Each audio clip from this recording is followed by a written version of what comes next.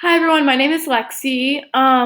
This semester I've been studying attachment theory, and I just wanted to tell you guys a little bit more about it.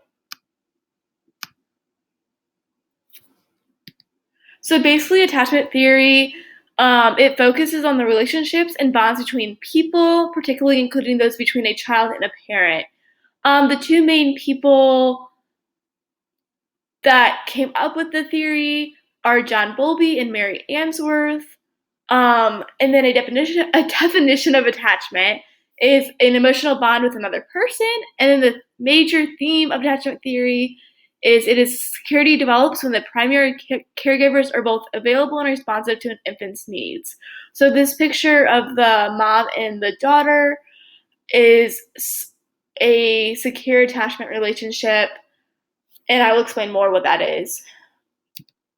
So first off, John Bowlby, he's the first attachment theorist.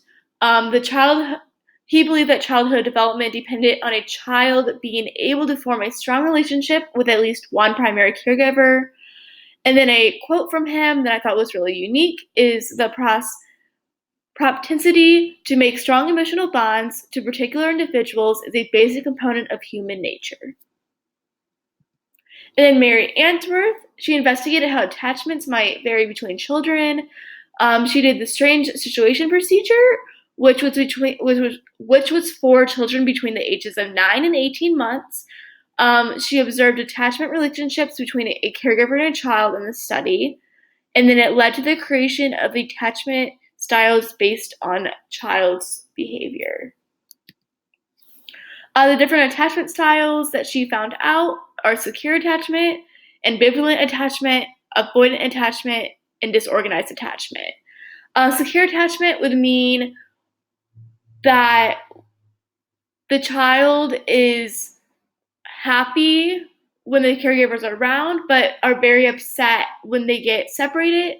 But when the child is separated from the caregiver, they still feel secure because they know the caregiver will return soon.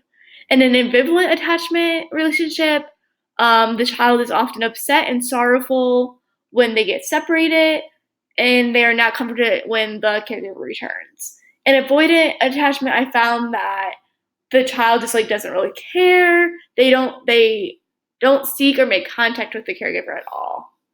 And then disorganized attachment is there's no clear or mixed attachment between the caregiver and a child. So weaknesses that I found in attachment theory is the theory focuses only based on behaviors that occur during stressful situations like departing or reunion times. When I guess reunion times aren't really always stressful, but when it's an infant or a toddler aged child, those times can be stressful. And a theory should be based on more than just two times. And then in the attachment model, the mother is viewed as the primary attachment figure when in a lot of relationships today, the father or the sibling might be the primary attachment figure. Some strengths, on the other hand, though, in the long-term attachment really impacts a child's life and it impacts their future development, especially in the areas of social and emotional. And it really helps parents and other caregivers, teachers even, and just anybody that works with kids explain children's social and emotional needs. How play is supported in this theory is how a caregiver responds to a child's needs demonstrates how well they may play with other children in most cases. So, for example, a child with a secure attachment is probably going to feel more safe to explore the classroom and go up to other children in the classroom, while a child with avoidant or ambivalent might not feel as safe exploring the classroom and may prefer to play individually or working individually in the classroom.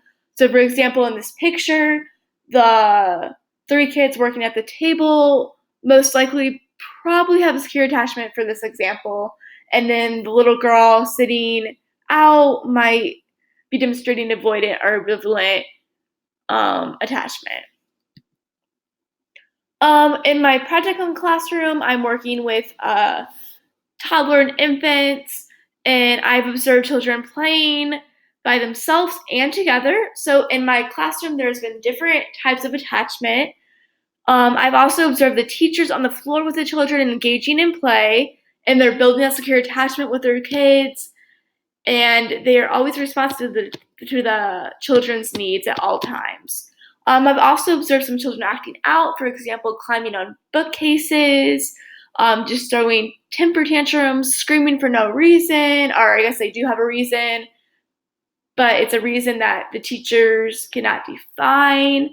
And I've just observed that those kids might be angry and deviant, and they might be experiencing like a disorganized attachment or maybe avoidant attachment at home.